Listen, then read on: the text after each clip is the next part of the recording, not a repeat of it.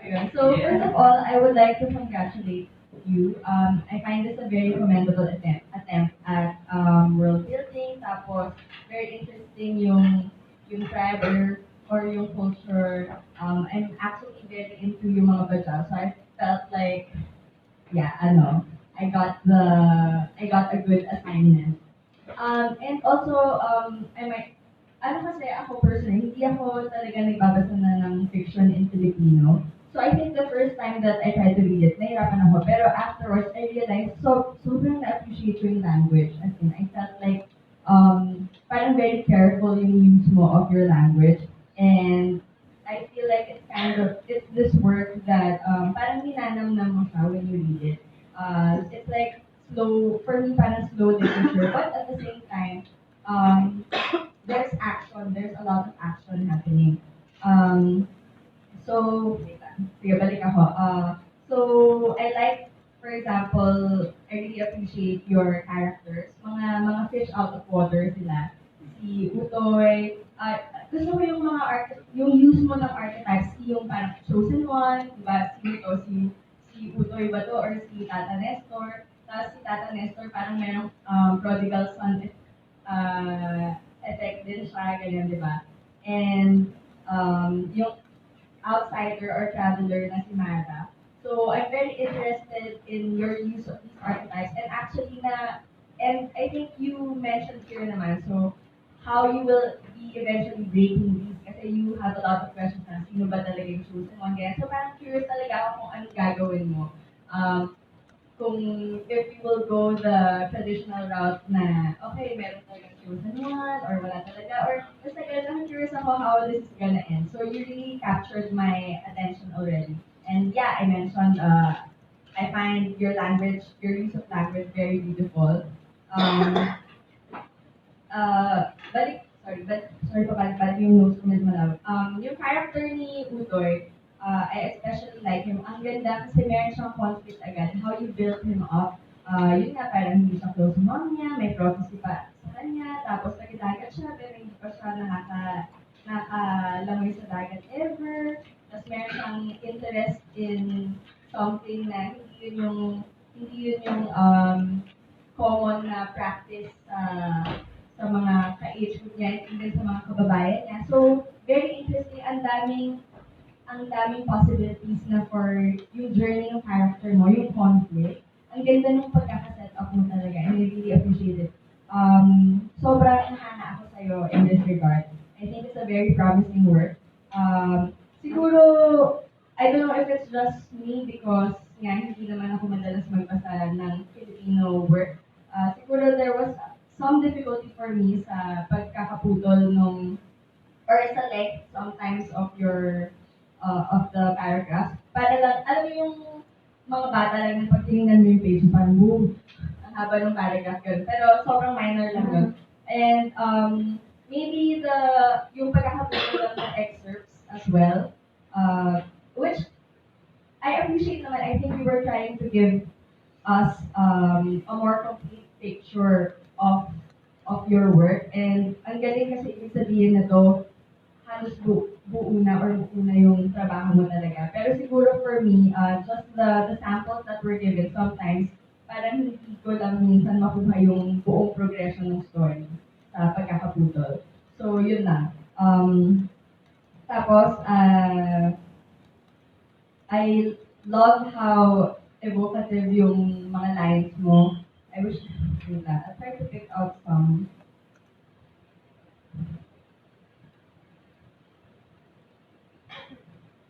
Kasi marami akong hinighlight eh, na I really enjoyed ng mga lines.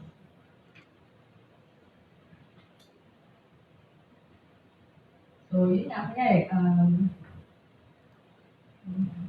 kasi later on, point out ko na lang sa'yo pag mahirap piliin right now. So, yun. Siguro my question is yung overall, like, ano yung purpose ng site nila? Parang hinahanap ko pa, like, ano yung goal nung narrative, or what is it trying to say overall, like, is it about reclaiming their identity as a people? Kasi marami lang akong nakita ng ganong aspect. Like, yun nga, about the chosen one, tapos ang ganda nung burial ritual nila, na I feel like it also pertains to their identity, and dating mga taga-dagat sila, pero ngayon, parang reverse na yun. Tapos, ang napupunta lang sa land pag mamamatay na. Pero ngayon, lahat sila nasa land na. So parang anong ibig sabihin nun? So, yun. Siguro meron lang akong ilan na parang baka sobrang nitpicking lang to. Kasi baka hindi ko pa masyado maintindihan siguro yung how close they are to civilization. Parang nung sinimulan ko kasi siya, inisip ko parang, oh, is this like, way in the future or what? Pero, hindi parang para sa akin. And maybe that's, my fault in the reading. Yung kung saan space and time siya talaga nangyari. And merong mga markers like the use of, like merong CR, drugs, yung radio, yung language, merong words like taste ganda. Yeah. So, it's there a little bit, pero parang hindi ko lang, and I don't know if it's necessary. Siguro baka ako lang yung naghanap nun na parang medyo gusto kong mas clear kung anong point in time siya nangyari. I don't know kung intentional yung word, yung use of the word or the phrase, for example, na taste ganda, because that actually places it in the current time. Or is it, is that the writer na yung voice mo na parang nag-slip ba, or is that intentional? Tapos, yun nga, how near or far from civilization are they? Kasi there are some points na, I think si Tata Nestor to, kunyari, I'm wondering how his character would know about yung rivers in Manila na yun na polluted. Although lumabas naman siya, di ba? So,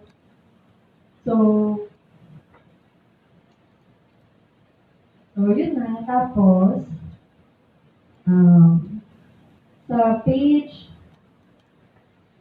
151, yung nanay ni Utoy, parang she says something like, hindi ko kilala yung anak ko. Tapos, I'm just pointing it out kasi parang yung in the sentences leading to it, parang hindi ko nakita kung ano yung nag-merit for her to ask that specifically. Kasi parang hindi na-explain what actually made her realize this. Like, may proof ba? Kunyari, nakita pala niya, grabe pala yung artistic talent ng ano ko, ganyan na hindi niya inakala. Pero parang, hindi pa lang napakita dun sa prior na paragraph. Tapos, question lang about si Mang Nestor. Again, ano lang to, small details na lang. Kasi overall, I really like the work. And halos wala talaga akong problema sa kanya. Kay Mang Nestor, I'm just wondering, how does he make a living? Kasi he mentioned like everybody else, kailangan nilang mag-opera, nangongopera, gano'n. So yung mga ganong things, so parang siya, how does he, I can accept na siya yung weird, artsy hermit type, ganyan. Pero parang, I'm just curious din, paano siya nabubuhay? And siguro, consistency of character lang. Kasi there was a passage wherein parang tinataboy niya yung mga ibang bata na binabother siya, di ba? But then he takes it si Kutoy. So parang I'm wondering na bakit kaya tinataboy niya yung mga other kids when na-mention dun sa some of the exposition na he wishes na they would actually follow their dreams or their passions more than just taking on these jobs for survival. So, yun lang yung hinahanap ko. There were just a few points or points in the excerpt na parang baka pwedeng maging consistent yung character ni Mang Nestor. Although that's my reading lang of it. Um, but yeah, tapos, iniisip ko lang, aswang ba o man. Pero hindi ako masyadong maalam po sa lore. So, hinati kasi yung katawan, aswang ba yung manananggal? Or nagkahati po ba yun lang, sa page 156. Iba kasi yung alam ko about aswang. So, yun lang po.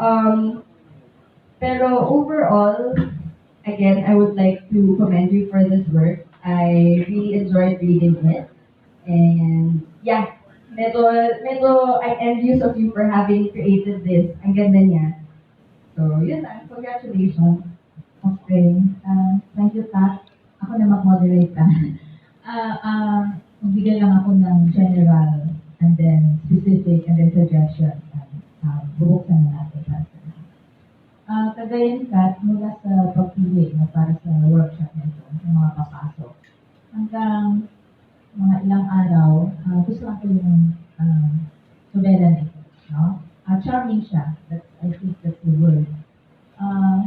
Pero nang binalikan ko ulit, dahil ako naka-assign dito, paano yan, ang problema ako, kasi gumawa ko ng structural diagnosis. No? Favorite na tawain ko yun. At yung goal naman dito ay para matulungan yung manunulat. Wala kasi tayong pen, no? Gusto ko sanang i-visualize yung nakikita kong structural design ng novela as of now. So, malinaw naman na fragment ito. No? Then, nakikita ko siya as circle or balloon. Nasa gitna yung batang manunulat. Nakatuto siya sa the narrative space and time. Pero yung mga balloon na ito, yung mga circle na ito, ay nakalutang pa lang sila, hindi pa nakahawakan o natatali ng manunulat na nasa gitna. No? So, to prove, balikan natin isa-isa. No? Unang pangitain, magandang di ba, title. Nagustuhan ko ito, lalo na nung una, kasi convention niya ng epic no? Yung oral literature natin, in short, universal, and therefore, classic, and malalim yung pinaghuhugutan. Yung the dream, no? Yung goal or yung problem, mag-appear sa dream ng folk epic hanggang sa folk hero, no? So, kasi may mga spirit friends.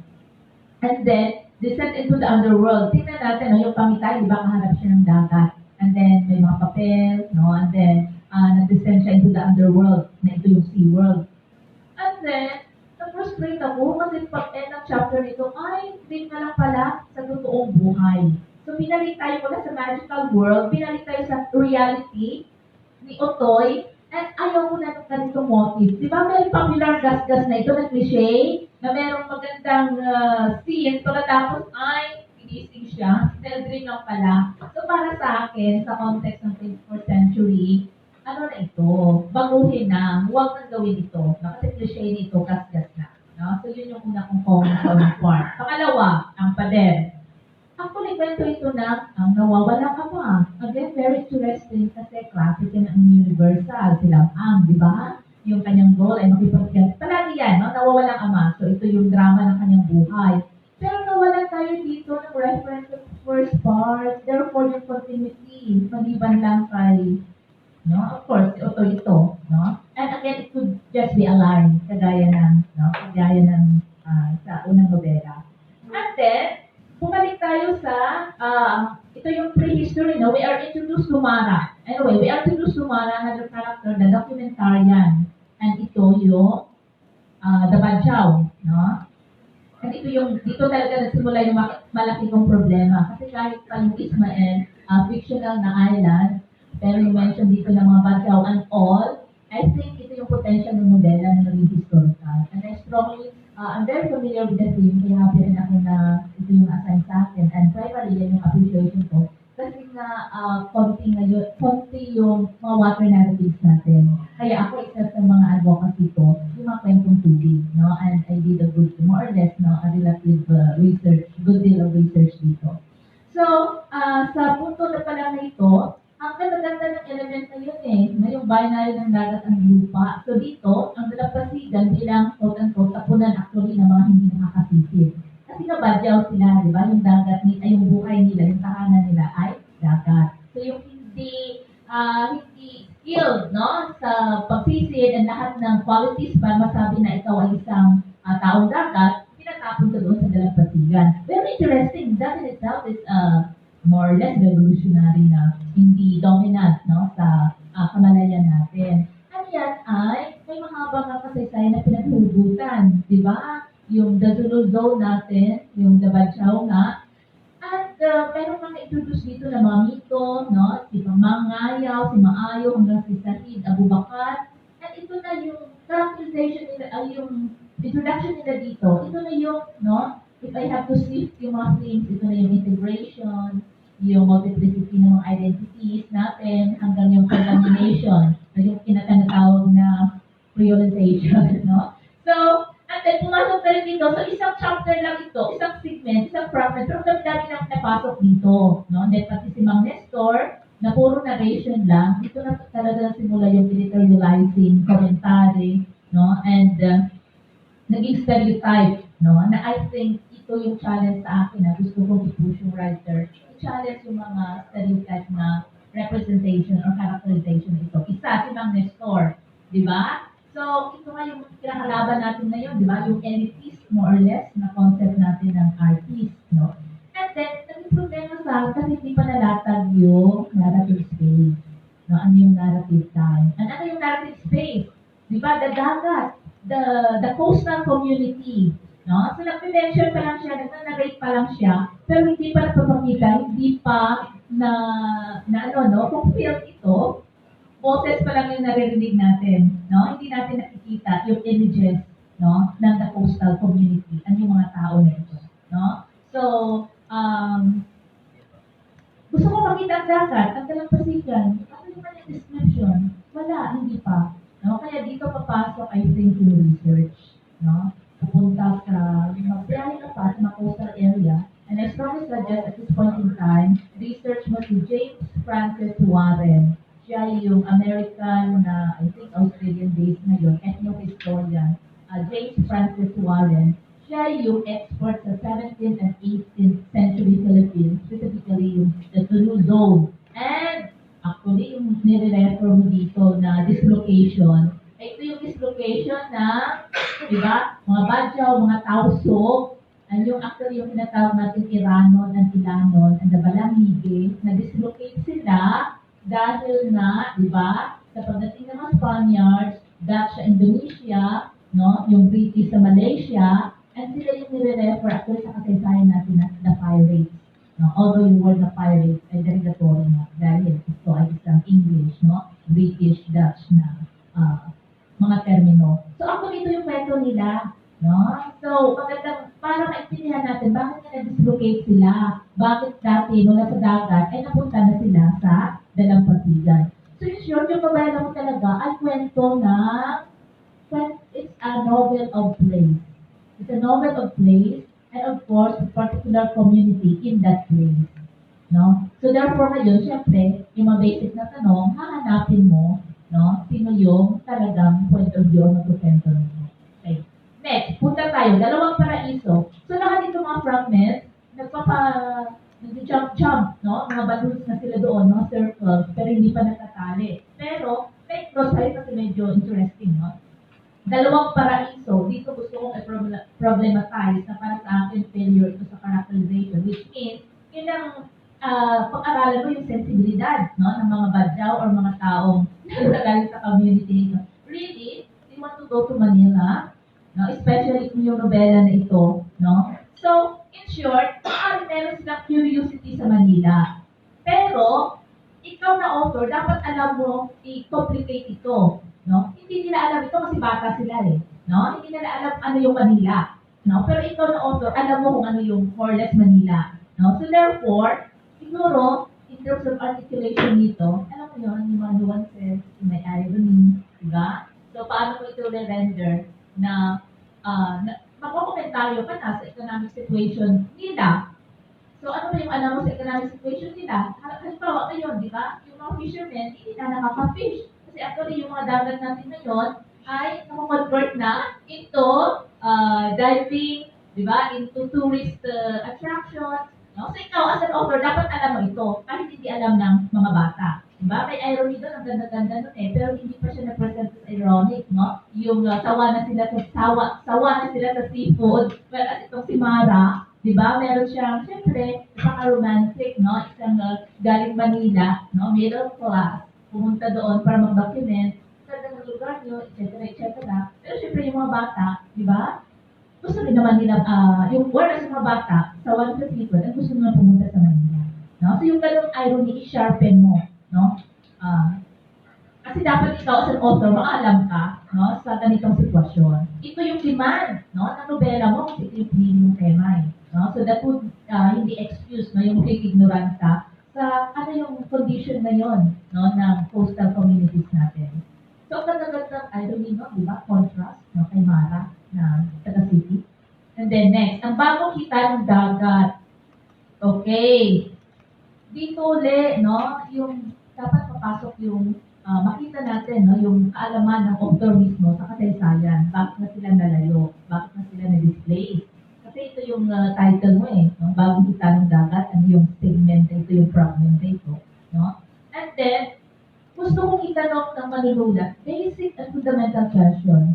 Sa tingin mo, gusto pa ba nila talagang bumalik? And I think, no, yung importanteng tanong, makakabalik pa ba sila? And kung makakabalik pa sila sa dati nilang komunidad na dagat, ano na ngayon yung sitwasyon ng dagat dito, side by side, let's say, with West Philippine Sea, mga issue natin ngayon, di ba, etc.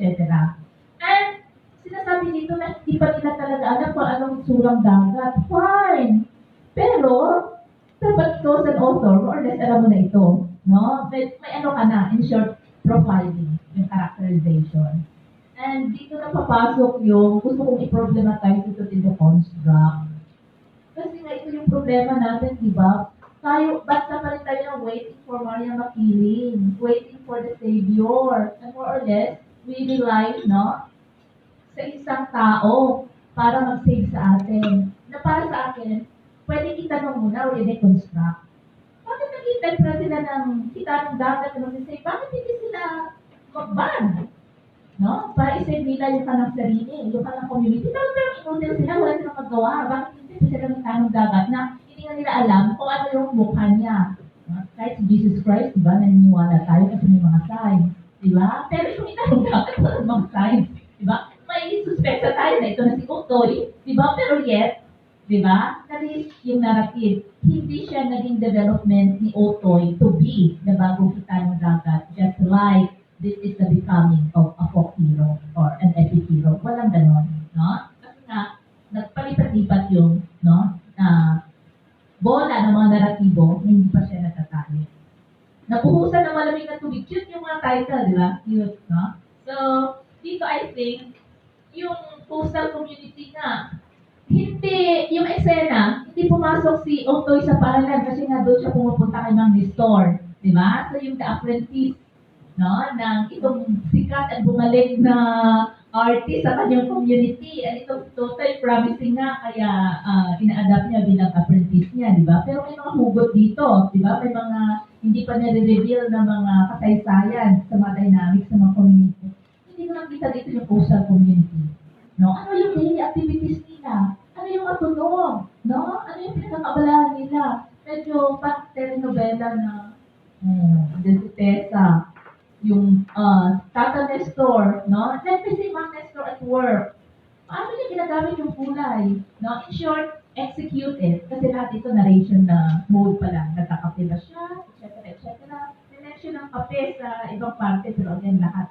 In short, pakita sa amin, isang umaga, ano yung action ni Mang Nestor? No? And then, bago yung ibang mga detalye mo.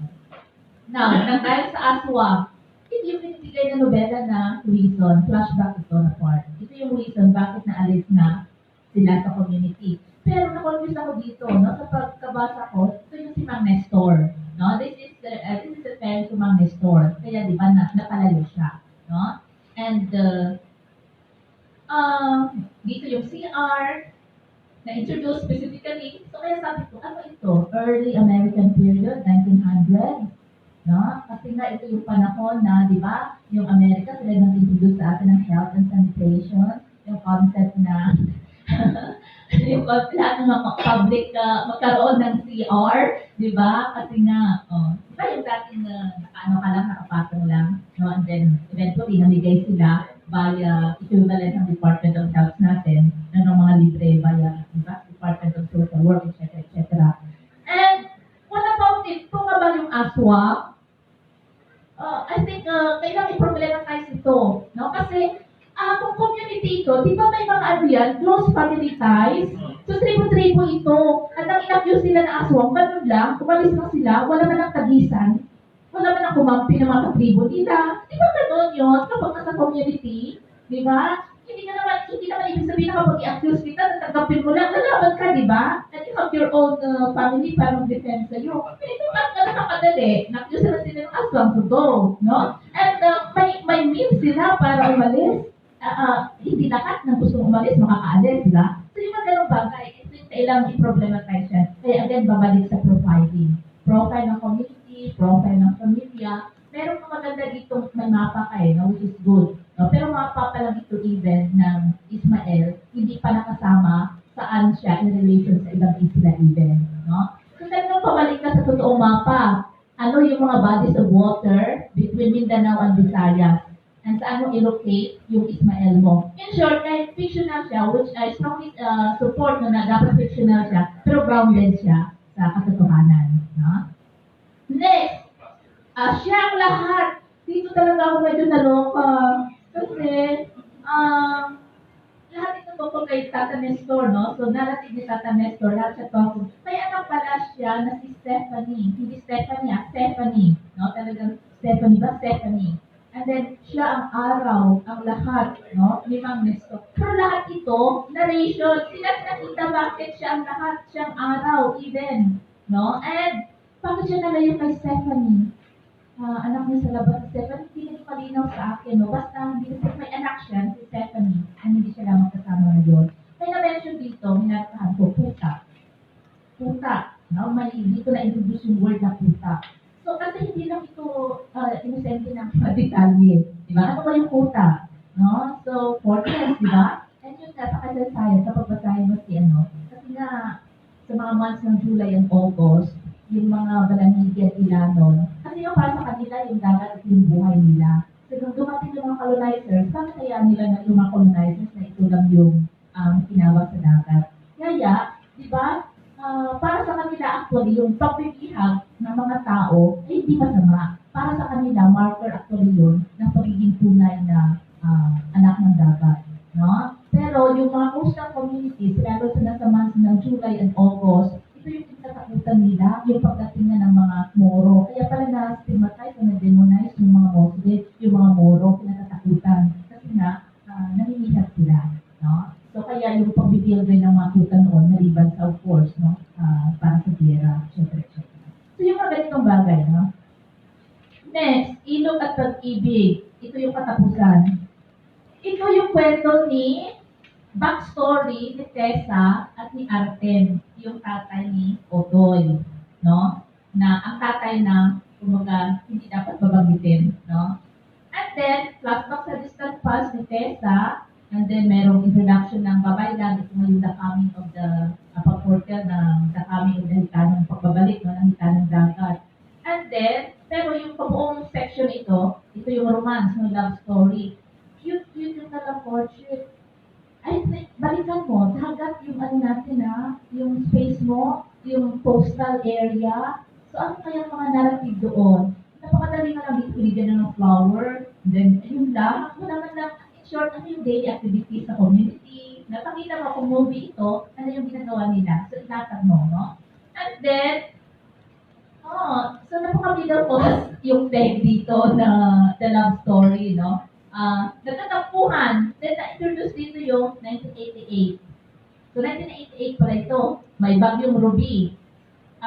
Hindi sila pwedeng, nagtatampuhan sila, may bagyo, and then, hindi na mention bang nagtatampuhan sila, and then, nakikita sila sa ilog. And then, dahil may bagyo, hindi sila pwedeng magkita ngayon sa ilog, dahil nagtatampuhan, kaya double bagyo, sabi niya. And then, but in short, si Tessa at si Artem, sila yung mga suwail sa community. Dapat hindi na sila, you and me against the world and you and me against the bagyo. Ito ito yung drama nila. Ito yung motive, no? Ito yung romance mode nila. And then, meron sila, di ba nakikita sila doon sa ilog, sa malaking bato. And then, kahit may bagyo, kung ka lang dito ni Sena, tingnan nyo, kahit may bagyo, dilim na ha, dapit hapon na, pumunta pa rin si Tessa. And then, naabutan niya nga doon si Arten. So, happy siya kasi hindi na pala siya yung love pa rin talaga siya ni Arten. Doon pa rin sa dati nilang takpuan. But take note, may bagyo ito ha, may malaking ilog. And then, ano lang, nagtitingnan sila din, naghalikan, ito yung sinasabing halik na mas may reference sa duhat and all. And then, imagine may bagyo, lumarakas ng ilog.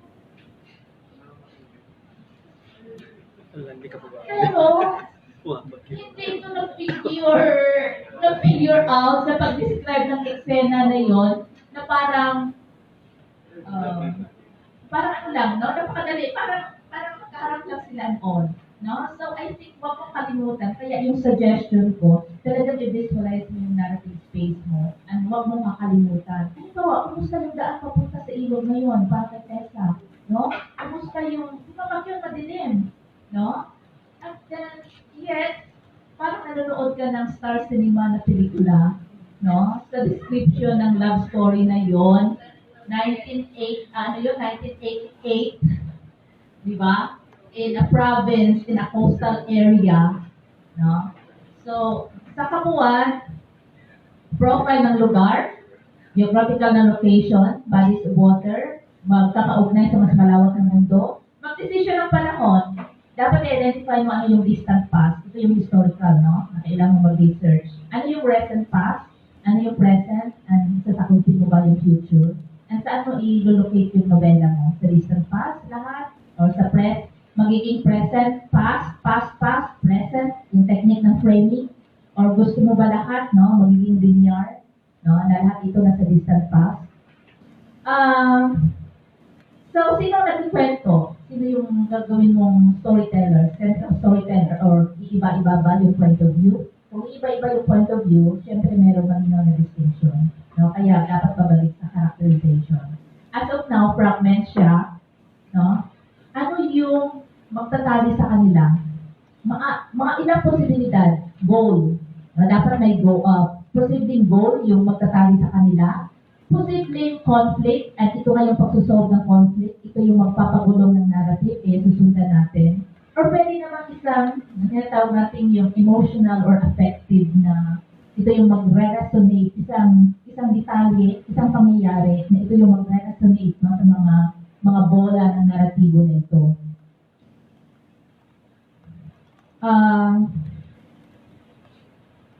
Yun, language.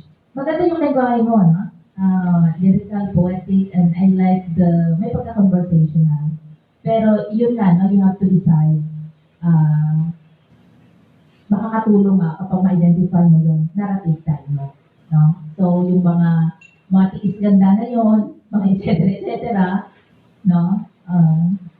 Unless, paglaruan mo yung narrative style. Pwede naman yun the past is present. Actually, kung babasahin mo yung libro ni Warren, talagang ma-amaze ka na yung noon at saka ngayon, parang walang pinagbago. No? So, magaling ka na sa narration, I want you to explore, I suggest you practice pa sa description and dialogue. No? So, as of now, nasa ideya pa lang siya, parang may narinig ito storyteller, nagkukwento sa'yo. So, na-engross ka kasi maganda yung kwento. Pero hindi pa siya na-execute sa pahina as a novel. No?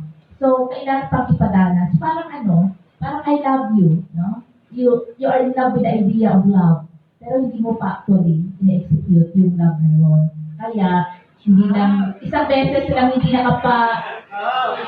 kaya ilang oras lang hindi nakapag-reply sa text, nag-alboroto ka na. No? Oo. And, ako I strongly suggest, i-deconstruct mo na, no? I-deconstruct mo na yung mga pag-iisip na ito na, yun, kailangan ba umasa pa sa isang savior? No? Bakit hindi pwede yung community? No? Sila yung magtutulungan. And makakabalik pa nga ba sila? So, mga power relations ito, no? And I I think kahit medyo ilang taon pa aabutin yung nobela mo, okay lang. But this is, in short, hindi kailangan pang madali. Kasi ito yung demand ng kaniyang nobela eh. Pero in short, it's a very good project, Romel. No? And we will wait no, para sa paglabas nito. Pero pwede hindi madaliin. No? Kasi, yun. I strongly suggest, basahin mo, baka may makuha kang technique or approach. Short story na ito, no? Available online. The most handsome drowned man in the world ni Gabriel Garcia Marquez. No? Pero I think baka may ma-pick up ka dito. No? And then, a shower ni, available online din, a shower ni Wang Sun-won. Isa siyang Korean na, parang siya yung pinakasikat na 20th century Korean writer. And yung story na ito, yung original in English translation na ito, pero yung kwento na ito yung pinapabasa sa halos lahat no, na Korean na mga bata no, ng equivalent ng DepEd nila child. My point is, ang ganda-ganda ng gamit niya dito na description. No? Yung, lalo na yung love story, yung pagkikita ng dalawang bata sa ilog din. No? Hindi niya sinasabi, dinidescribe niya. So medyo baka may mapick up na in terms of technique. Ayun, hanapin mo si James Francis Warren, Dairano ng Dabalamige na libro niya. You will be amazed. And I think, I'm confident, no? Marami kang makukuha dito na makakatulong sa pagpapahinog ng iyong sensibilidad bilang manunulat. And para paglabas ng nobela na ito talaga, wow! Ito yung masasabi natin kay Sir Neil Garcia na ito yung Sir Neil. Ito yung. Okay.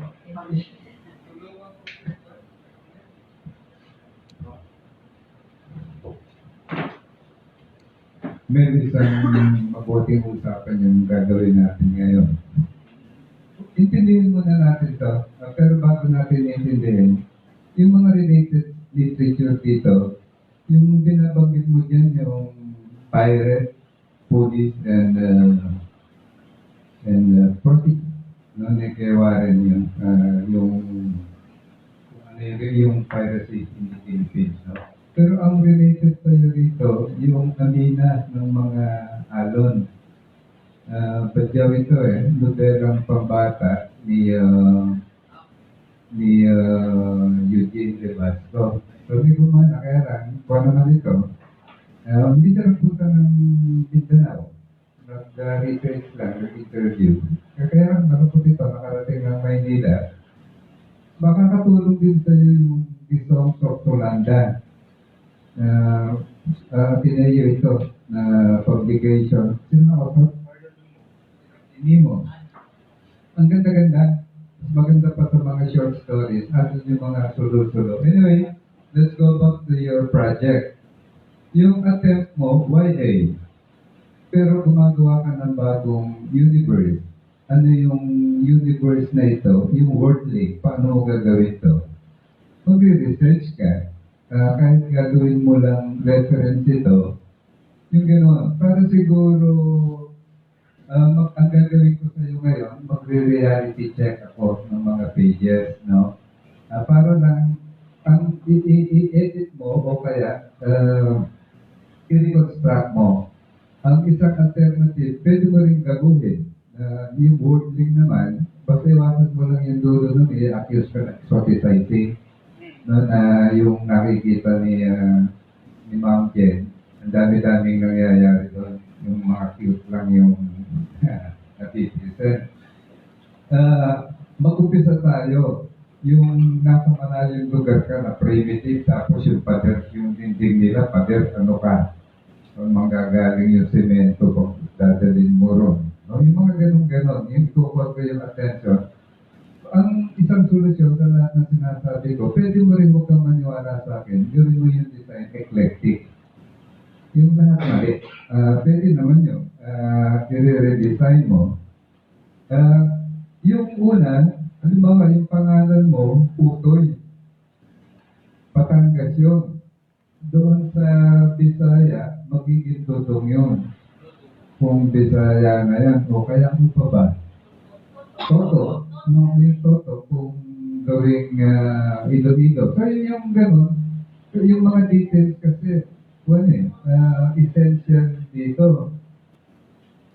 Tapos, pupunta na ako rito sa mga, of course, let us be fair. Remember, yung bawat chapters dito, summary.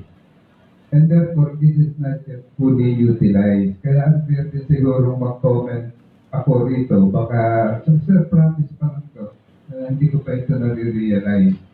Kaya lang, ano ko na para yung maingat ka sa data.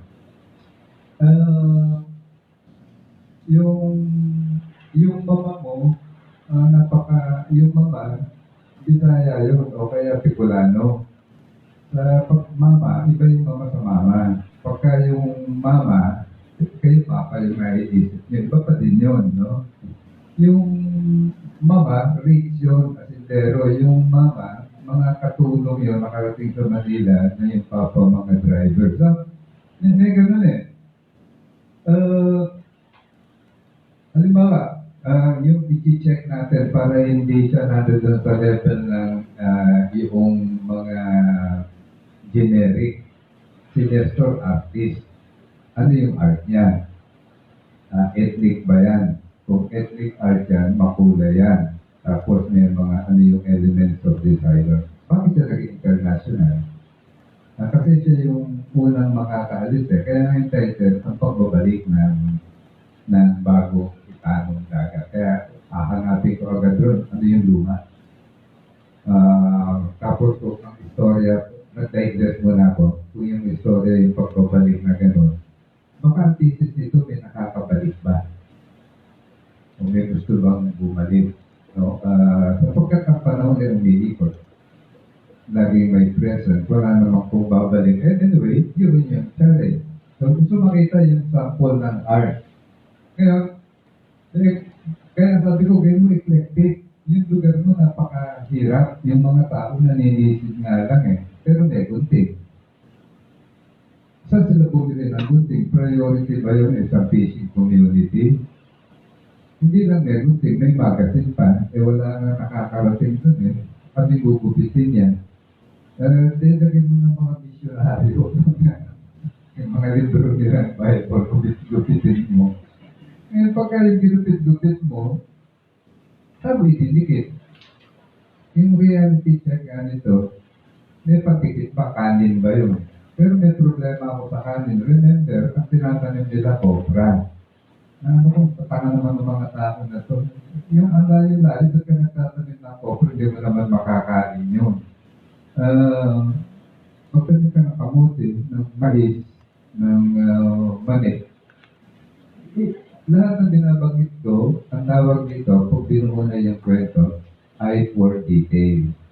So, yung mga details na natin dito mo should be credible kahit fiction. Pero pang yung nababadera ko yung ako yung duhat sa tabing dagat, mamamatay yun. Pero ang ganda ng image na yung kulay-kulay kasi yung duhat, ayaw na nung maalat, pang tabang yun eh. Kaya pwede mo siyang itanim sa itaas-taas. So, doon sa tabing dagat. But kung ipipinta mo, maganda eh. Maganda yung image, pati yung kulay, yung sensitivity. But then, mag-reality check ako. Yung mga original Gitano ay hindi mo pa rin naalala mo yung Little Prince? Di ba naganda? Gumawa siya ng sariling mundo. Ito ganun din lang yung gawin. Gumawa ka ng sariling mundo. Yung Little Prince, naniniwala ka na ganun kalit. Tagasindi, tagapatay, ng ilaw, ikot ng na gano'n. Yung badyaw mo, kung badyaw yun, na ayaw hindi tumutuntong sa lupa, ikukorek ko ha, saan sila kumuha ng panggatong? Saan sila kumukuha ng bigas? Ano iniinom nila? So may contact. Otherwise, yung kulturang binabanggit mo rito, may danger na maging nativist. Na maganda yung araw, maganda yung ganung lugar, na wala naman. Yung kaya mahalaga ulit yung research, yung mga early Moro, hindi naman talaga napukonquer yan eh. Ang kanilang technique, intermarriage, yung gano'n. Yung piracy, later lang yon. Kasi yung kailangan ng China ng tripang, tapos kailangan ng Europe ng tea, at kailangan naman ng mga Muslim ng baril para makakuha ng slave, no? Ang dami-dami drama, no? Ang dami-dami drama. Now, ba't ko binabanggit yun? Kasi bumanggit ka ng yung prehistory. Gusto mo ba talaga prehistory ay YA2? Baka magiging series 1, series 2, series 3. Baka yung malapit-lapit lang, yung pag-ahon, no? Kahit na yung natin ko eh, bakit naging Ismail yung pangalan ng ano? Of course, prophet naman yun ng Muslim. In the end, ang ibig ko lang sabihin, marami pa yun eh. Mahalaga yung elemento ng research. Kasi gumagawa ka ng panibagong mundo. Yung susundan ko yung, naumpisahan mo na eh, kaya mo naman eh. Nakagawa ka na ng mapa. Yung mapa na yun, bubuhayin mo lang. Ngayon, kung madami ka ng research, yung alam mo na lahat, gagawin mo ng fiction. Gagawin mo na siya ngayon, yung design, yung paano ngayon gagawin yan adult itong kuwan na ito.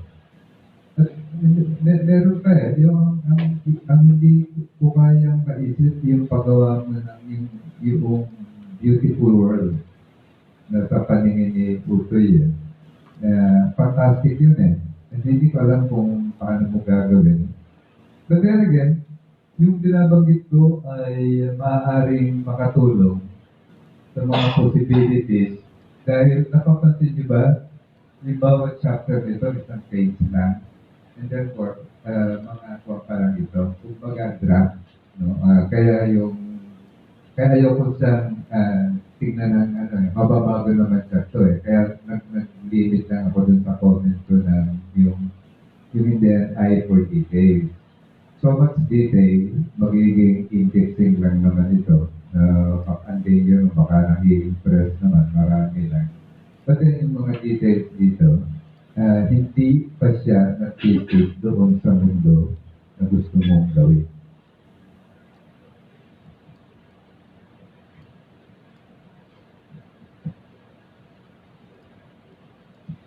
Mga gitano, sisipukan.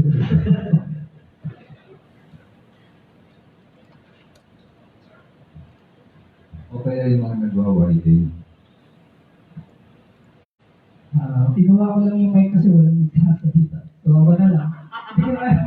Sige, nagkakaroon na lang. So, para na lang, kasi ako parang feeling ko, hindi, ewan ko kung makakatulong yung sasabihin ko kasi parang nung binasa ko kasi yung pyesa na ni Ron.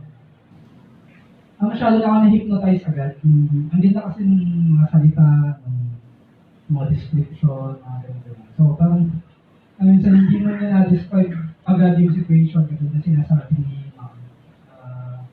Nakapag-imagine ko siya.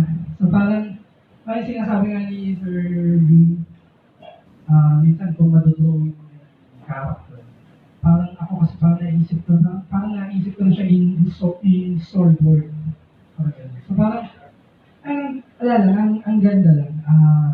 Ang ganda ng vocals, ng sentences, though meron ako na hindi naiintindihan, pero ano na. Di ba yung, ano yung bordel mo? Ano yung agad? Ano ba?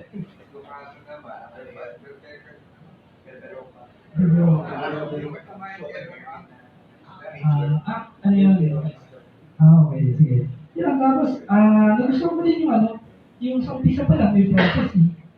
Tapos, pinakilala agad si character, si Utoy. Tapos parang, isip mo agad, siya yun, malamang. Kaso parang, tapos biglang may pang isang character, tapos parang pwedeng siya din pala yun. Tapos, parang,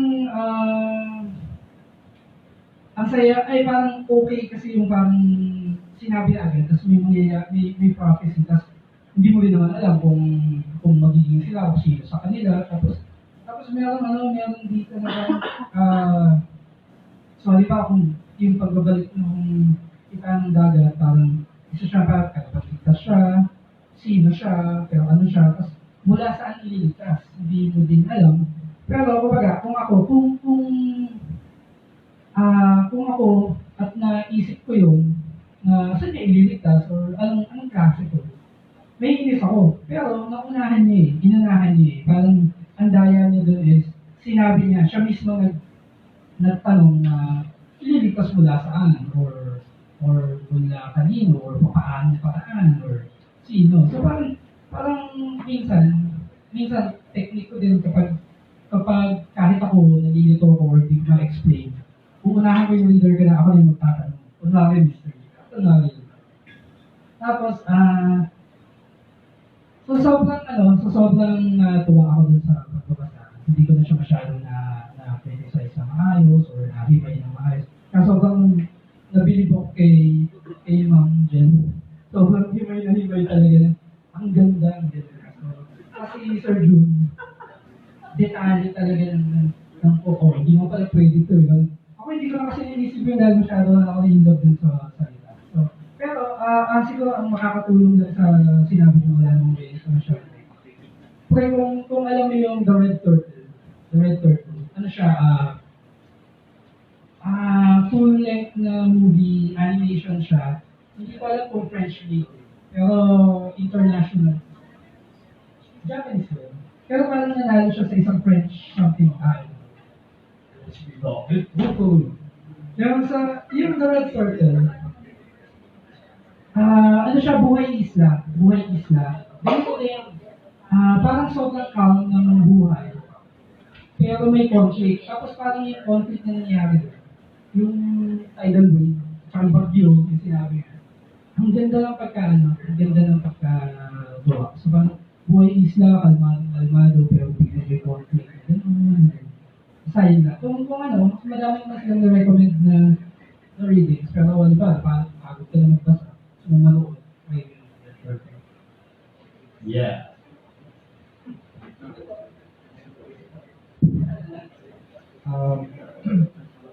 Saan tumaas masyado yung pag-email ni Jen, saan tumaas masyado yung state ng expert nung napangalanan nga yung pag-job.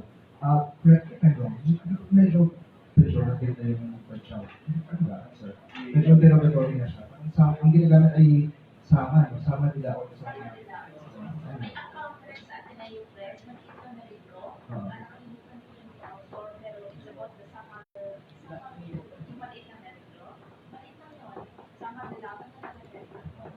actually, maraming academic books. No? So, kasi si Arlo Limon, anthropologist, meron siyang academic, meron din siyang magaling siyang fiction, meron short stories. I'm torn between insisting na tanggalin mo na yan kasi ang daming bagahe ng pagpinangalanan mo yung sama. Tapos yun nga, initially, may disjunct agad na fictional yung island pero at the same time, it has to be grounded with these centuries of history. No? Hindi ko alam kung ano yung sagot ko. I mean, if you decide to take on the challenge, ibig sabihin marami kang kailangan research na nagagawin. Kasi otherwise, yun nga, maakusahan ka na Tagalog ka pa. So hindi mo narrative to. Kami kung may ganun ownership ng mga naratibo at gagawin mo yung ito sa fiction mo, maakusahan ka ng exoticism, appropriation, etc. May mga ganung dangers. No? So I'd probably be the easy way out. Natanggalin mo lang yan para wala kang ganung bagahe. Kasi otherwise, everything will be, all the rituals, all the material conditions, etc. All the details will be evaluated based on are they grounded enough in reality. No? You may have I agree with Eric, no? Yun nga, parang maganda yung pangitain na may pang-senate coming of something, pero hindi siya, parang walang dramatic situation na nag-prompt sa kanya. No? Parang magkaroon ng ganung discussion. At if you're gonna consider the plight of the Sama people, maraming opportunities. Kasi one of the most threatened ways of living, no? Even among indigenous peoples, sila pa rin yung pinaka-precarious. Even among the IPs in Mindanao, they're discriminated upon by the council, by all these IT groups. No? So talagang maraming opportunities if you want to although yun, I also agree na medyo problematic yung ganong politika. Ang pwedeng maging twist dyan, yung arrival nitong Messiah figure is only gonna be an impetus or like parang impetus lang siya, pero it's still gonna be the community as a whole to take on whatever challenge that prompts that arrival. No? Ano pa? So yeah, so medyo malaking baga here. Some nitpicking sa style, no? Na-point out na medyo, I'm not sure if you realize that may verbal things and rhetorical questions. Parang, siguro 25% of your sentences are rhetorical questions. Alam kung is a matter of style, pero medyo nag-grade siya sa akin. May issue din ako sa, sorry, medyo English teacher, no? May issue din ako sa pagpaparagraph. No, minsan, yun may mga, someone noticed it already, yung mga bloke upon bloke of paragraphs. Everything has to be deliberate, Romel. No? Parang, I mean, if you're gonna do that, make sure that there's a point, kasi may purpose kaya ito paragraph, diba? Not short of requiring you to have a thesis statement and for every paragraph. No? Pero short of asking you that. No, maybe there's a purpose why you read the way you read, the kind of conventions, the kind of expectations we have with a paragraph cuts, or with a section cuts, etc. So hindi ko alam kung the text is too close to you or na-revise mo na ba siya again. Pero actually, ako medyo nadudulihan ako sa wika, nadudulihan ako sa organization, etc. Yung switch sa register, medyo hindi pa rin ako prepare masyado pag switch siya ng register na may mythical time tapos biglang mag-wrench out ako doon dahil may mga ganda, etc. So I'm not sure if you're utilizing, and then there's certainly alam ko naman na medyo intentional yung ganung pag-juxtapose mo, no? Kasi nga meron on one hand itong supposedly fossilized way of living, and then there's an intruder by way of this documentary theme. No? So may ganun pa namang project, pero yeah, and there's much potential in that, no? But you have to negotiate that more carefully. Tuloy-tuloy yung kay Glenn, yung iwa about sa page 147, no?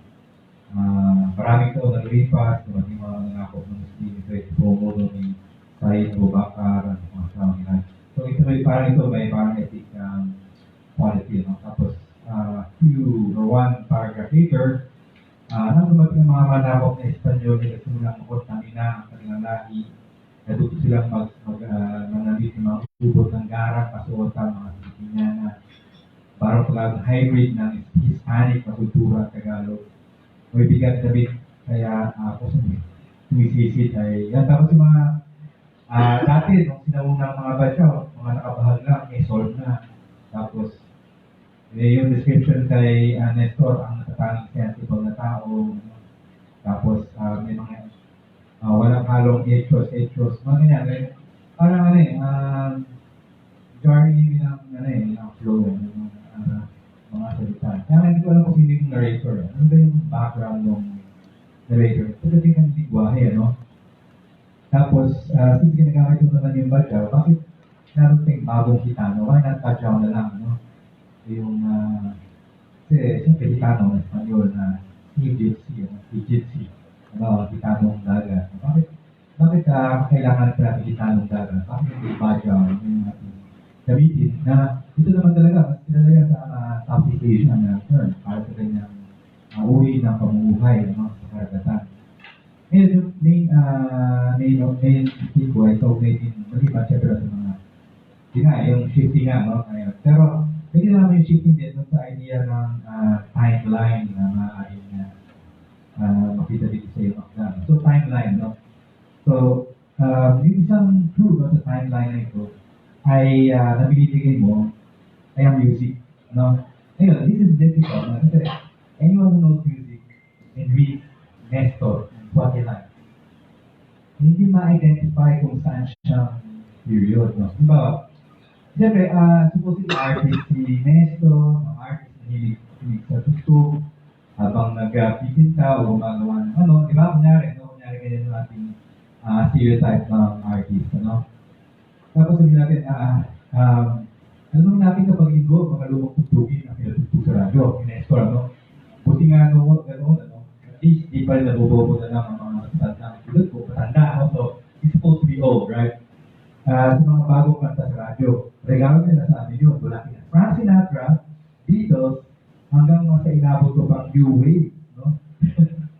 New Order, The Bangles, ano, minsan, pero minsan, ay, suntok-suntok talaga, manilig ka na punk, mapagligo, pero ang siyempre mawawala ang Bee Gees at Air Supply, hindi Taylor, folk country, na may halong rock, yung mga kagaya ng Bread and Eagles, na sa babago ng Michael Learns to Rock, etc. Ngayon, ano sinasabi ito dun sa period ng tao na yan? It doesn't really say anything. Ang sinasabi lang, from your point of view, this is old folky music. No? Ano lang, old folky music. Pero, ano period yan? Is it 60s? Mga Frank Sinatra? Okay. Ano ba? Mga 80s ba yan? Ano? New Order, ano? Okay, ang mga Bee Gees. And in fact, sa panlasa, magkaiba yan eh. Magkaiba yan eh. Kung mahilig ka sa, Bee Gees, maybe, siguro kung mahilig ka sa New Order, ay band, I don't know. So parang, wala siyang lyric about taste. Ano? About taste. Nung, mahilig ka sa punk, pwede siya mahilig sa punk. Ano? Pero that's the opposite of what Bangles was. Ano? Diba? Why would you look for Bangles if you're into punk? And real punk, ay yung fake punk na. Ano? Diba? So, you have to think about what music is about, no? How do you identify people? Base sa musical taste at saka doon sa time sa pinagagalingan. Now, since yung cluster na mas marami mong nababanggit ay 80s, I would think that this guy comes from the 80s, no? Dahil paano pinanoy? I mean, parang iba na yan sa Frank Sinatra guys, eh, no? Dahil yung cluster dito, mas New Order Bangles and some punk. So I'm thinking. Tapos 70s, right? Meron siya mga Air Supply, etc. So makita mo, around 70s and 80s, yun yung kanyang musical era, no? So, kung siya ay napalayas, o sila ay napalayas sa kulot na yan, when would it be? 1960s? Nung bata siya? So, let's say, 2 years old. Tapos 60s. No?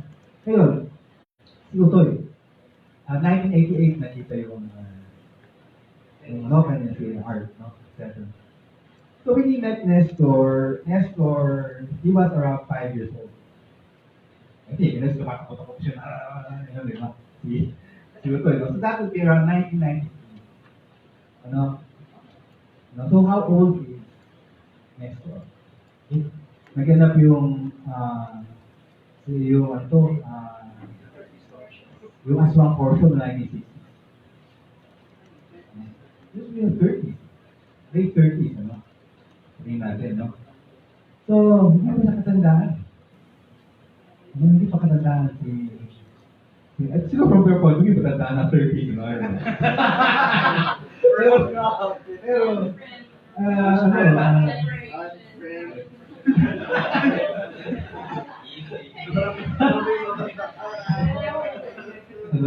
Pero, tingnan mo yan, parang,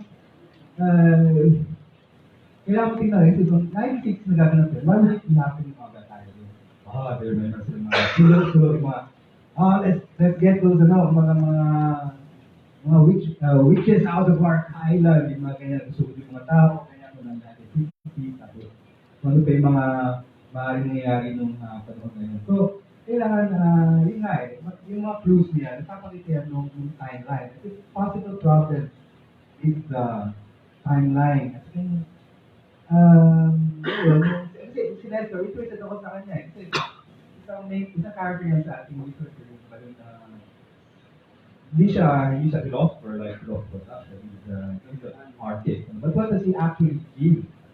Boy, ano ba talaga yung kanyang ibibigay? Siyempre, importante para sa'yo na hindi siya nag-isla. Kumbaga siya ay lumabas, nag-aaral sila ng fine arts, tapos naglakbay ng buong daigdig, nagtitipid sa maraming lugar. Nung matanda na siya, nung 30 siya, nung decide to go back to his island and, and then, do something there, no? Nakita mo how he is, no?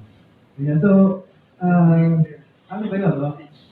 Yun lang naman yung isa kong kasi sa music, for people actually very sensitive about the whole history of music and then pop music.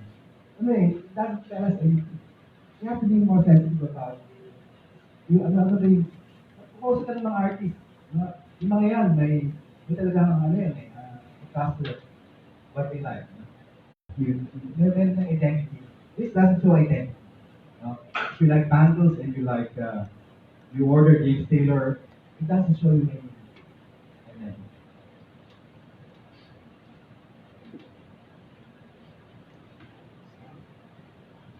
Nakita ko sa James issue, pwede mo ma-explore na maaaring spirit yung aspiration. It was modern and in short, para ano na, no, halo-halo na eclectic na sa music. Yung band, and in short, naka-allude ka lang, no, sa the historical. So kaya, dapat huwag mong gamitin yung mga totoong pangalan. Halimbawa, ako, okay, yung Ismael, fictional, yung Badyaw, hindi na siya Badyaw talaga, huwag mong gamitin as Badyaw. Baka may baguhin ka na, kapag pinasa namin, will remind us of the Badyaw, no? Pero hindi. Kasi I think ito yung naging bagahe ng bagahe, di ba? Sinabi ko na yung word na bagahe na ituhan. Totoo, ito sa isang particular na kultura, kaya nabugbog sila, no? Pero hindi sila nag-create, no? So, lack of imagination para sa akin. Hindi sila nag-create ng bagong pangalan. So, I think sa'yo, pero mag-create ka ng bagong pangalan, no? Yung kahit yung verbo ka na yun, i-distort mo, no? So, in short, alam namin na yun. So, maka-allude ka lang. Gamit mo na yung technique ng allusion and so, hindi kailangan, totoo, hindi ka ma-back down. No? Pero I strongly suggest basahin mo pa rin yung mga sinuggest namin kasi ang ganda-ganda no? So, yun lang. No? Baka, para riot na talaga. No? So, thinking of parang mga Guardians of Galaxy. No? Kapag visually ito model, pelikula ito, alam mo yun, yung may historical na isang image or isang technology and then magkahalo siya even sa language, sa lyrical, pero yung hindi jarring yung papasok ng ganda or ng iba pang mga contemporary na linggo kasi na riot na siya. So ito yung mundo, kumbaga. No? So yun yung filosofiya mo, yung the past is present, ang lahat ay nagsasanib-sanib. I-explore mo na talaga yung mga distinction ng the mythical and the contemporary, the scientific, etc. etc.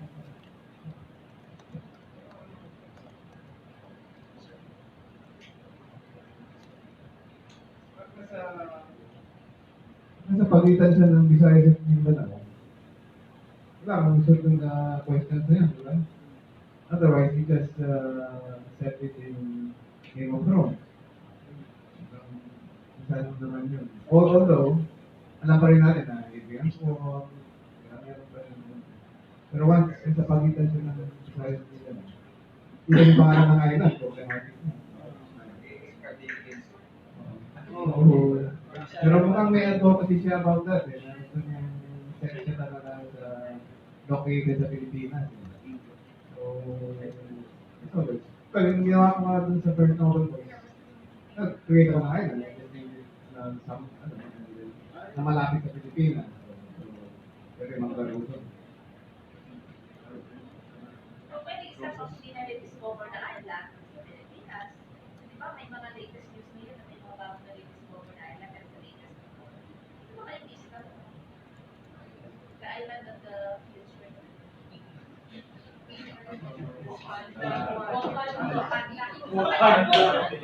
Even yung side Mindanao, pwede pa kasi yung mga lista na gawin ka. Basta, yung pag-isip ka. Ang point nyo lang, reference lang. Reference lang. So, mag-create ka ng sariling mundo, pero yung mundo na yun, hindi ko kahit sa world, kasi nga, nag-aalun, no, sa kahit sabihin na ako siya. Wala akong mundo. Ano lang, may mapa ka na eh, wala akong mundo. Kasi yung mundo, hindi lang yung mundo na yung mapa ng mundo. Pero yung mundo ng mga tao na sa pagiging. So, nice yung mapa. Ayaw ko na lang, pinagawa pa ako kasi nag-uusap na tayo about kesa may so pag nag-comment ako ng structure, parang medyo nasasabi sa akin ng structure ng mga lumang platform. Okay, yung, ang pinaka-ano ko, baka ko lang siya mga tayo, sa craft ng content. Yung meron ko lang yung habit sa paragraphs, yung nagsasabi ko ng stuff na parang hindi mo na kailangan sabihin, meron nagiging mga pangungusap na, alam mo na eh, parang yung nagiging ko siya sa babit, tapos kasi masarap mag-usap natin. Yeah. So, parang so, bumabagal yung face mo kung ginagawa mo kasi na yung sa narration mo eh. Face na yun, parang mag-describe ka. Diba? Parang room siya kasi parang buhayin mo ngayon yung mundo mo na ano bang nangyayari sa pag-ibig mo. Buhay ka mo. Ganun, kaya mo na. Yun. Pero yung kay Sharkin story. Yeah. Siguro kaya mahaba yung mga comments na ganyan lumalalim. Kasi makano naman eh. Tapos pag niluloko ka, nag-enjoy ka naman. Hindi, yun yung ang magandang tanda na yung pag niluloko ka, alam mo niluloko ka pero natutuwa ka. Meron naman itong gano'n eh. Siguro yung, kasi nga nasa rap mode talaga eh. Kaya yung ang pinag-usapan pa yung pakikilis at saka yung mga pakikilis. O yan, charming yung story mo. Pwede mo na sagutin sa bakit mamaya. Record yun. Hindi mo sa book jacket yun. Pero dapat lalo tumatamis habang tumatagal. Iba na discover ko rin ang mamon. Yung kalalasan ko kasi ngayon, charming siya, pero nakilala ko ay. Ano siya. So dapat charming and then sinunod mo nasa mo rin, ay, hindi pa ako nakita. Hindi lang charming, and then elegant pa, or etc.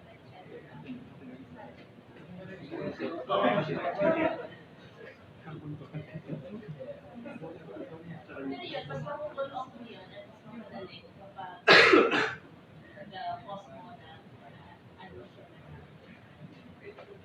Sige. Iba pa. 5 minutes. 5 na lang ba? Ha? Sorry. Okay lang kami dito. Post na lang lang kaya.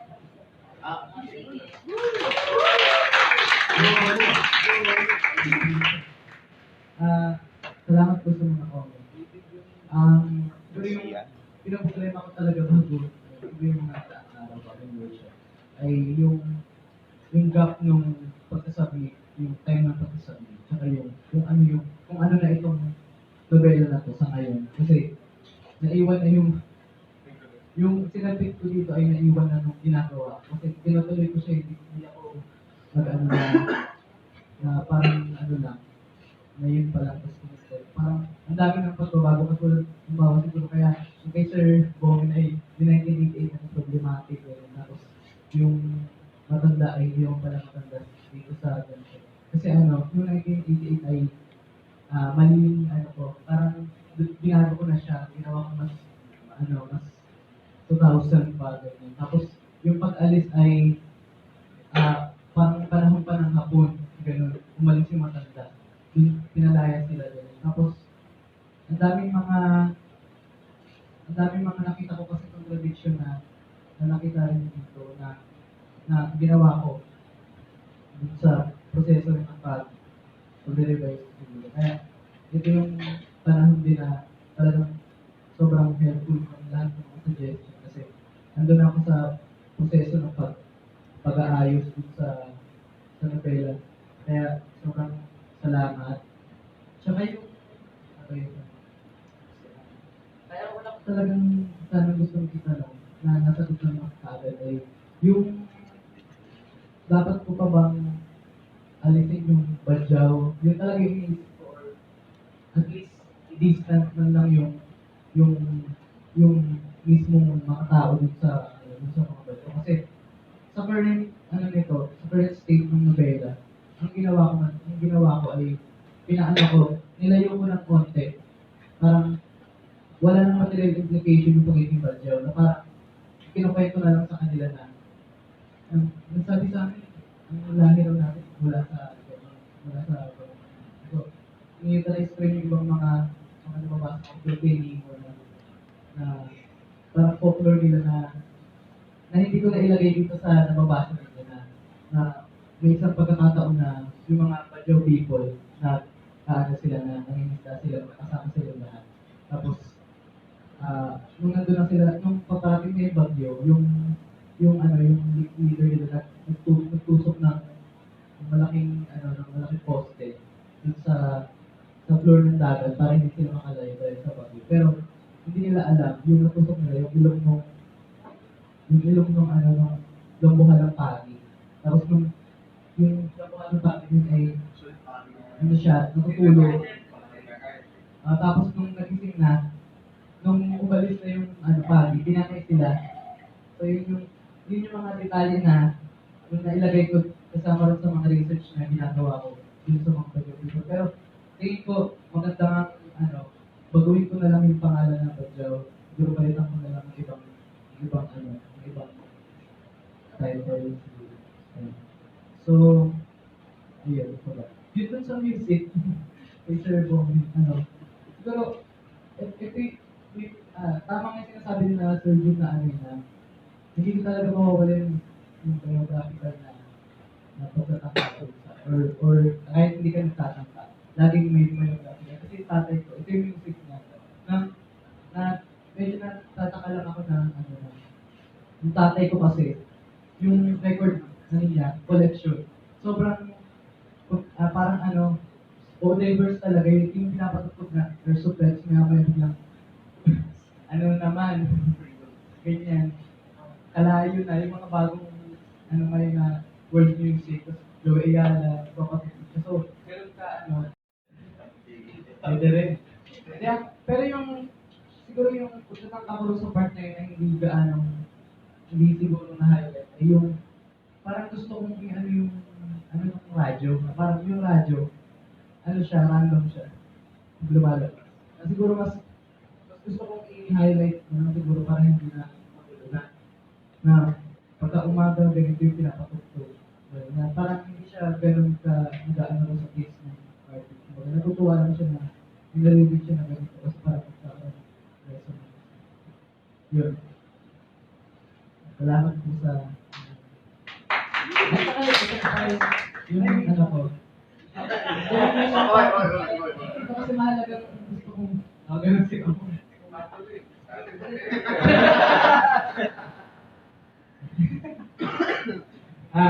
Yung naisip ko rin yung napaka-cliche talaga yung nagising sa panaginip yun. So, ito yung dati kasi yung tapos ang ginawa ko, meron pa rin panaginip, pero tatanong ko kay ma'am kung sa panlasa mo okay ba itong gano'n. Kasi ang ginawa ko, dun sa current state ng nobela ko, ang una niya ng copying line ay ganito.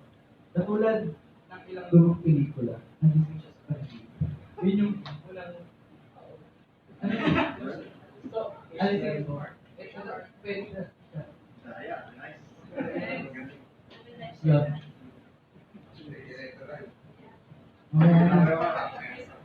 Okay. Salamat po.